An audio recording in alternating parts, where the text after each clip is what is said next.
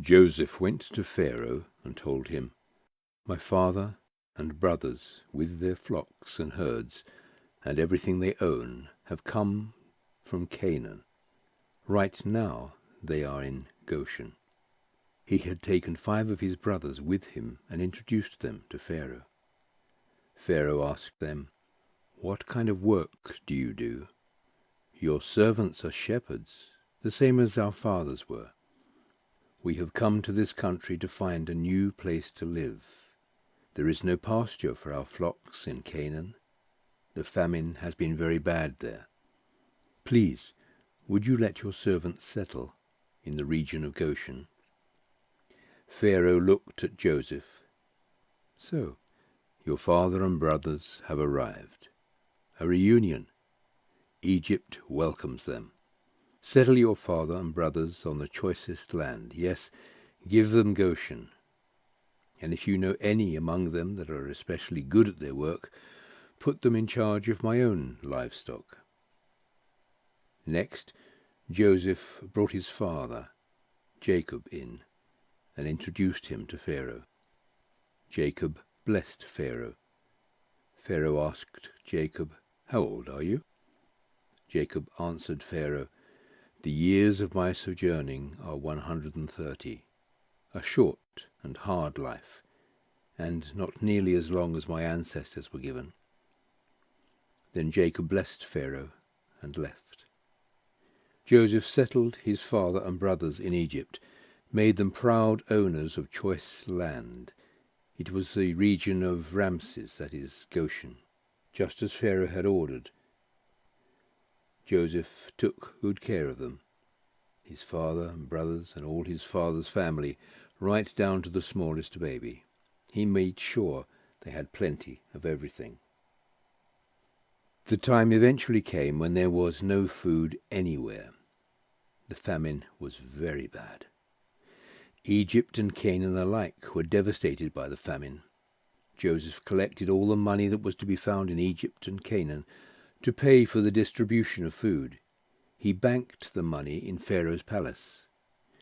When the money from Egypt and Canaan had run out, the Egyptians came to Joseph. "Food! Give us food! Are you going to watch us die right in front of you? The money is all gone."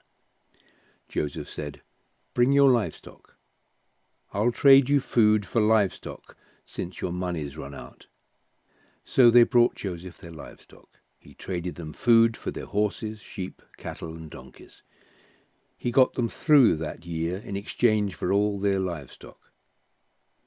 When that year was over, the next year rolled around and they were back, saying, "Master, it's no secret to you that we're broke. Our money's gone, and we've traded you all our livestock.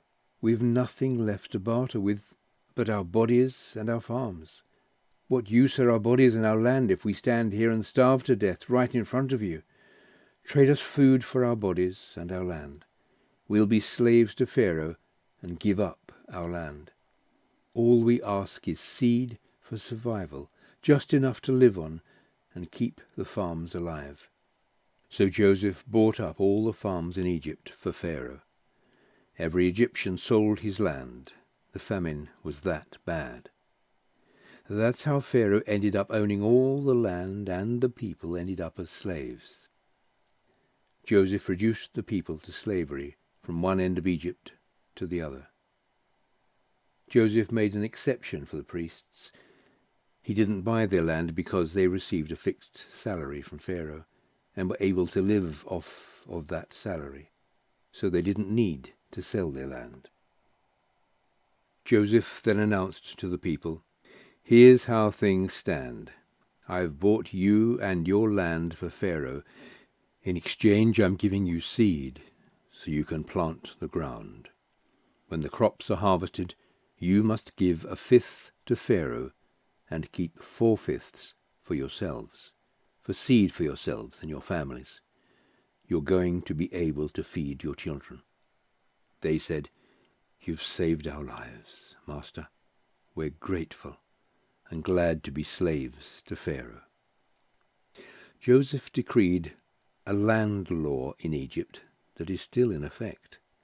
A fifth goes to Pharaoh. Only the priest's lands were not owned by Pharaoh. And so Israel settled down in Egypt, in the region of Goshen. They acquired property and flourished. They became a large company of people. Jacob lived in Egypt for 17 years. In all, he lived 147 years.